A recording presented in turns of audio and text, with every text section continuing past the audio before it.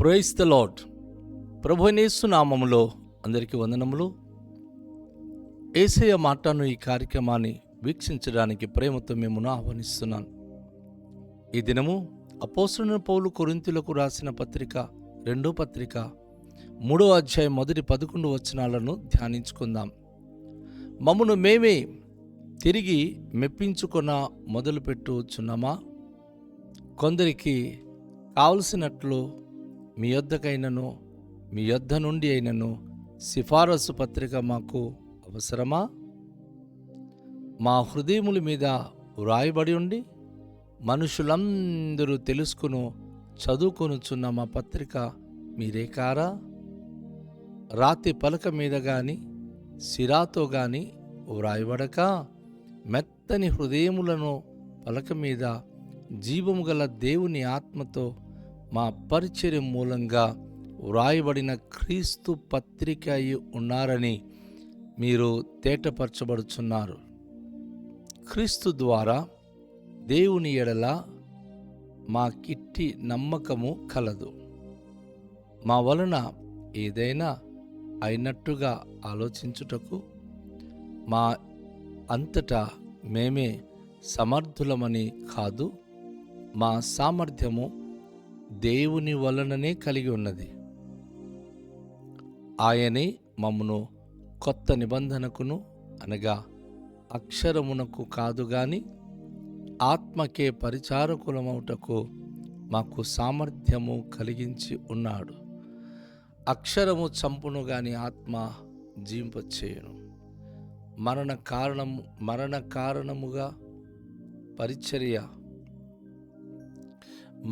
కారణమగు పరిచర్య రాళ్ల మీద చెక్కబడిన అక్షరములకు సంబంధించినదైనను మహిమతో కూడినదాయను. అందుకే మోసే ముఖము మీద ప్రకాశించుచుండిన ఆ మహిమ తగ్గిపోవునదైనను ఇశ్రాయేలీయులు అతని ముఖము తేరి చూడలేకపోయిరి. ఇట్టుండగా ఆత్మ సంబంధమైన పరిచర్య ఎంత మహిమగలదై ఉండునో, శిక్ష విధికి కారణమైన పరిచర్యయే మహిమ కలిగినదైతే నీతికి కారణమైన పరిచర్య ఎంతో అధికమైన మహిమ కలుగును. అత్యధికమైన మహిమ దీనికి ఉండుట వలన ఇంతకు మునుపు మహిమ గలదిగా చేయబడినది ఈ విషయంలో మహిమ లేనిదాయను. తగ్గిపోవున్నదే మహిమ గలదై ఉండిన ఎడల నిలుచున్నది మరి ఎక్కువగా మహిమ గలదై ఉండును గదా. ప్రభునందు ప్రియమైన వాళ్ళరా, చాలా లోతైన ఒక అంశాన్ని అపోస్తలుడు పౌలు ఇక్కడ తెలియచేస్తున్నాడు. రాతి వలన రాయబడిన శాసనము అది సీనాయి పర్వతం నుంచి వెలుపడింది. అయితే ప్రభువైన యేసుక్రీస్తు వారు వచ్చిన తర్వాత ఆత్మలో ఆయన వ్రాసిన శాసనము ఆత్మీయంగా ఎలా జీవిస్తున్నారు, దానికున్న విలువ దీనికి ఉన్న విలువ ఏమిటి అపోస్తలుడు పౌలు తెలియచేస్తున్నాడు. అంటున్నాడు, మమ్మను మేమే తిరిగి మెప్పించుకున్న మొదలు పెట్టుచున్నామా? కొందరి కావలసినట్లు మీ యొద్దకైనను మీ యొద్ద నుండినైనను సిఫార్సు పత్రికలు మాకు అవసరమా? మీ దగ్గరికి రావాలన్నా, మీ పరిచర్య చేయాలన్నా మీరు అనుమతిస్తేనే మీ దగ్గరికి రావాలి, లేకపోతే రాకూడదు అని అలాంటి ఏమైనా అవసరం ఉందా? అలా ఏమీ లేదు కదా అని చెప్తూ, మా హృదయం మీద వ్రాయబడి ఉండి మనుషులందరూ తెలుసుకునుచు చదువుచున్న మా పత్రిక మీరే కాదా? దేవుని గురించి మేము బోధించినప్పుడు, మా హృదయంలో అనేక విషయాలు మేము నేర్పించినప్పుడు, ఈరోజు ప్రజలందరూ చదవడానికి, ప్రజలందరూ తెలుసుకోవడానికి మా పత్రికగా మీరు నిలిచి ఉన్నారు. ఆ పత్రిక అనేక మంది చదవగలరు. అది రాతి మీద కానీ సిరాతో కానీ వ్రాయబడక దేవుని మెత్తని హృదయములు అను పలక మీద జీవము గల దేవుని ఆత్మతో మా పరిచర్య మూలంగా వ్రాయబడిన క్రీస్తు పత్రికై ఉన్నారని మీకు తేటపరచబడుచున్నా. రాయితో కానీ సిరాతో కానీ ఈ పత్రిక వ్రాయబడలేదు. ఈ పత్రికకు నిర్దిష్టమైనటువంటి స్థితి ఉంది. అది ఏంటంటే, దేవుని సందులో మేము పరిచర్య చేస్తూ, పరిచర్య ద్వారా మీ హృదయములో దేవుని యొక్క మాటలు రాయించాం కనుక మీరు క్రీస్తుకు పత్రిక అయి ఉన్నారు. మా పరిచర్య మూలంగా మరి మీరు వ్రాయబడిన క్రీస్తు పత్రిక మీరే. ఓ దేవుని విశ్వాసి, దేవుని బిడ్డ వింటున్నారా?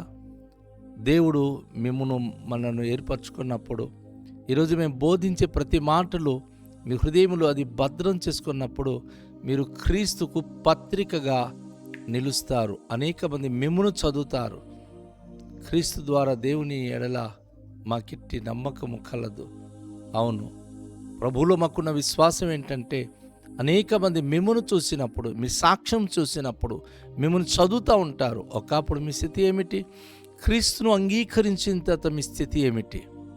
ఇది సరిపోల్చినప్పుడు దేవునికి మహిమకరంగా దేవుని ద్వారా మాకిట్టి ప్రవేశం కలిగి ఇట్టి అద్భుత అనుభూతి మీ జీవితానికి కలిగించి ఉన్నామని సంతోషించే వారమై ఉన్నామని దేవుని యొక్క వాక్యం మనకు బోధిస్తుంది.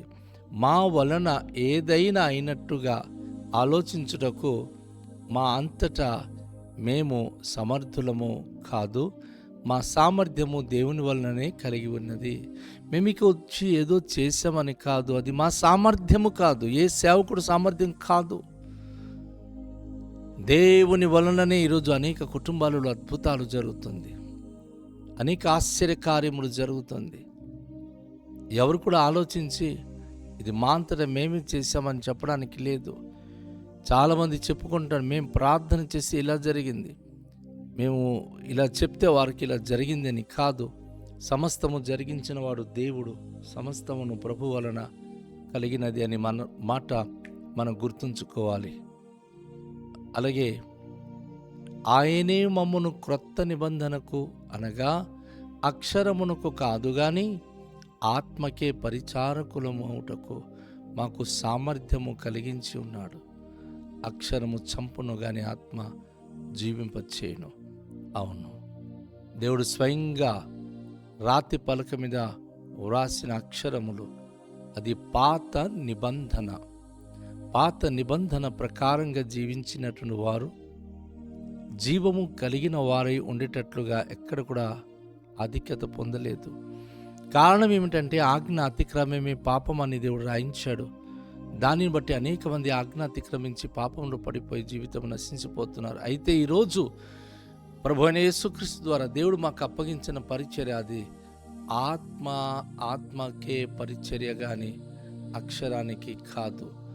ఈ ఆత్మకే పరిచారకులమవుటట్లుగా మాకు సామర్థ్యము కలిగించిన దేవుడు, ఆయన తన వాక్యము ప్రతి ఆత్మలో ముద్రించాలని, ఆ వాక్యం ద్వారా ప్రతి కుటుంబం బ్రతకాలని ఆశపడుతున్నాడు. అందుకే అక్షరము చంపును గాని ఆత్మ జీవింపచేయును. ఈ యొక్క 10 ఆజ్ఞలు కానీ ఆచార కర్మకాండాలు కానీ చంపుతుంది. కానీ ఆత్మీయ జీవితాల్లో ఎవరైతే ప్రభువును అంగీకరించి ఆత్మీయంగా జీవిస్తున్నారో వారు దేవుని యొక్క మహోన్నత నామానికి మహిమకరంగా జీవించేవారుగా ఉండగలుగుతున్నారు. ప్రభు తన వాక్యం ద్వారా అంటున్నాడు, మరణకరమగు పరిచర్య రాళ్ళ మీద చెక్కబడింది. ఇక్కడ మనం గమనించినప్పుడు ఆ యొక్క 10 ఆజ్ఞలు కానీ దేవుడు రాసిన రాతలు కానీ అది రాయి మీద రాయబడి అది పట్టుకుని వచ్చినటువంటి మోసే, ఆయన ముఖము ఎంతో ప్రకాశవంతంగా మారింది. ఆయన తేరి చూడలేకపోయారు మనుషులు. కారణం ఏమిటంటే, దేవుని రాత మోసుకుని వచ్చిన ఆయన తన ముఖము ప్రకాశవంతంగా మారిపోయింది. అయితే ఇట్టుండగా ఆత్మ సంబంధమైన పరిచర్య ఎంత మహిమగలదై ఉండును. రాతి మీద రాసిన శాసనములు పట్టుకుని ఇచ్చిన వాని ముఖమే కనుక అంత తేటుగా అయితే, ఆత్మతో నింపబడి దేవుని పరిచర్య చేస్తున్న వారు ఇంకా ఎంత మహిమగలవారుగా మారుతారు. ఎగ్జాక్ట్లీ దైవ సేవకులు ఈరోజు దేవుని ఆత్మతో నింపబడిన వారు మహిమగల సేవకులుగా జీవించగలుగుతున్నారనే వాక్యం ద్వారా మనం గ్రహిస్తున్నాం. శిక్ష విధికి కారణమైన పరిచర్యయే మహిమ కలిగినదైతే నీతికి కారణమైన పరిచర్య ఎంత అధికమైన మహిమ గల దగును. నిజమే, ఈరోజు మరణకరమైన శాసనం కలిగినటువంటి మరి ఆ పాత నిబంధనయే మహిమ గలిదిగా, అది మోసుకొని వచ్చినటువంటి, అది చదువుతున్నటువంటి మోసే ముఖము ప్రకాశవంతంగా మారితే స్వయంగా దేవుడు నీతికి కారణమైన పరిచర్య మనకు అప్పగించాడు.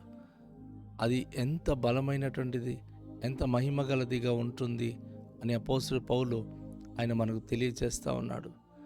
అత్యధికమైన మహిమ దీనికి ఉండుట వలన ఇంతకు మునుపు మహిమగలదిగా చేయబడినది ఈ విషయంలో మహిమ లేనిదాయెను. పాత నిబంధన ఒకప్పుడు చాలా గొప్పగా ఎంచబడేది, మహిమగలిదిగా ఎంచబడింది. కానీ క్రీస్తు ప్రభువారు వచ్చిన తర్వాత, ఆత్మీయ పరిచయం మొదలైన తర్వాత ఇప్పుడు ఆ అక్షరానికి, ఆ యొక్క నిబంధనకి ఎక్కువ ప్రాముఖ్యత ఇవ్వకుండా అయిపోయింది. దాని మహిమ తగ్గింది.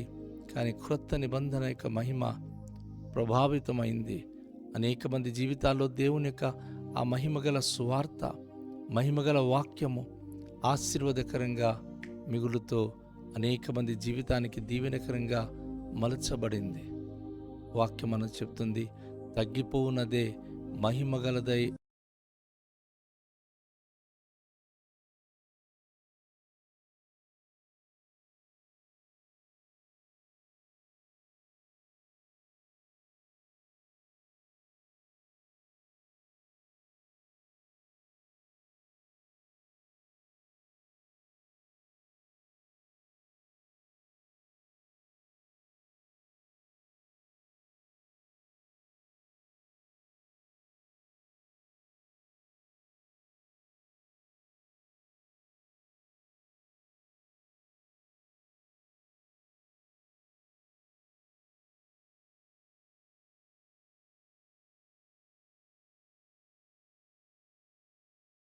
ఉపయోగకరంగా, అనేక మందికి దీవెనకరంగా మిగిలినట్టుగా మనం చూస్తున్నాం. కనుక రండి, అట్టి మహిమగల స్థిరంగా నిలిచే ఆ పరిచర్యకు మనం పరిచారకులమై తనకు మహిమపై జీవించే భాగ్యవంతులు ఉండడానికి ప్రార్థన చేద్దాం. దయగల తండ్రి, మీ పరిశుద్ధ నామానికి స్తోత్రాలు. ఈ ప్రశస్తమైన ఉదయ కాలంలో మీరు మాతో మాట్లాడిన మాటల కొరకు వందనాలు. మీ వాక్యం బట్టి మేము జీవించే కృపని కానీ, మీ నామమునకు మహిమతో జీవించే ధన్యతని కానీ, మీ అభిషేకము ఆశీర్వాదము మాపై ఉంచండి. పరిశుద్ధుడా మీకే స్తోత్రాలు. ప్రభా, తగ్గి కూర్చున్నటువంటి ప్రభా, అక్షరానికి అంత మహిమ ఉన్నప్పుడు ప్రభా జీవింపచేసే పరిశుద్ధ ఆత్మకు ఇంకెంత ప్రభావం ఉంటుంది. కనుక నూతన నిబంధనకు వచ్చిన మమ్ములను నూతన నిబంధన ప్రకారం మమ్మల్ని దీవించి మీ యొక్క ప్రకాశవంతమైన కాంతి మా పైన ఉదయింపచేసి నిత్యము మీ కొరకు ప్రకాశించే భాగ్యం దయచేయమని యేసునామములో ప్రార్థిస్తున్నాను తండ్రి. ఆమేన్. అందరికీ షాలోమ్. ప్రభు మనల్ని దీవించును గాక.